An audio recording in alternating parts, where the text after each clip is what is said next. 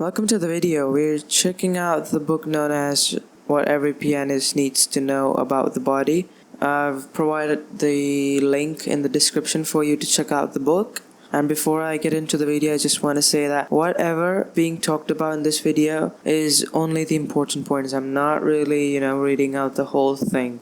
So if you want to know much more about the book, like if you want to dive deeper into it, then it's highly recommended that you go check out the book because it's just wonderful. Now let's get into the video.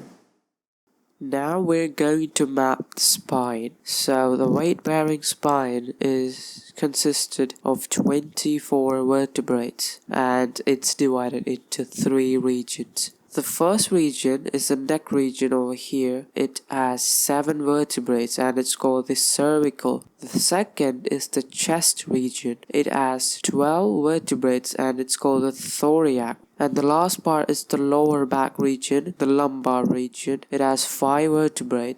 When it's seen from the side, it has several curves. On the first part, in the neck region, we can see that it's slightly curved inward and the chest region is curved outwards. And again in the lumbar region, it's curved inward. This curve actually helps the spine to absorb impact.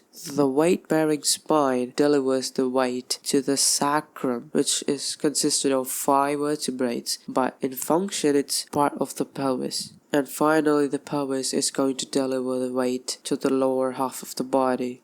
Below the sacrum, there are 4 vertical vertebrae, and it's called the coccygeal vertebrae, which is actually our tailbone. It is there for the attachment of muscles and ligaments, and it does not bear weight. Usually when people sit in a weird way or in a way that they feel relaxed, sometimes they sit on their tailbone like this. But tailbone is actually not designed to bear weight. So sitting like this is going to make other parts of the body tense. But if you're going to sit on your sit bones, which is actually designed to bear weight, then other parts of your body can be relaxed.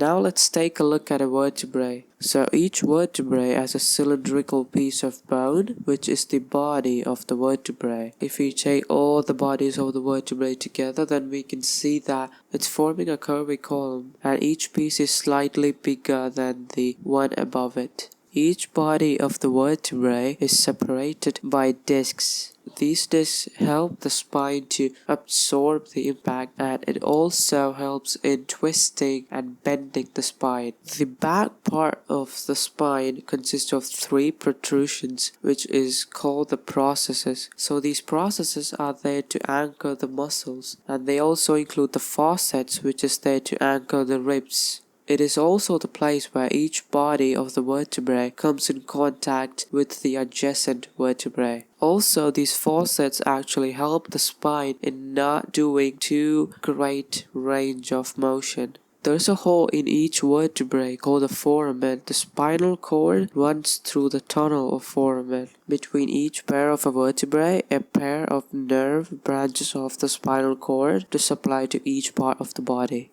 Another huge mismapping of the spine is that people think that the supporting part of the spine is the back part of the spine, the part of the processes, but actually the front part, the body of the vertebrae, that is the weight-bearing part of the spine. In the lumbar region, the spine is actually at the dead center of our body. Also, when we look at a person's back, the lumps that we can see are the tips of these processes. So being aware of the core of our body permits us to release the back, chest, and arm muscles. That is what we need if we want to play the piano freely.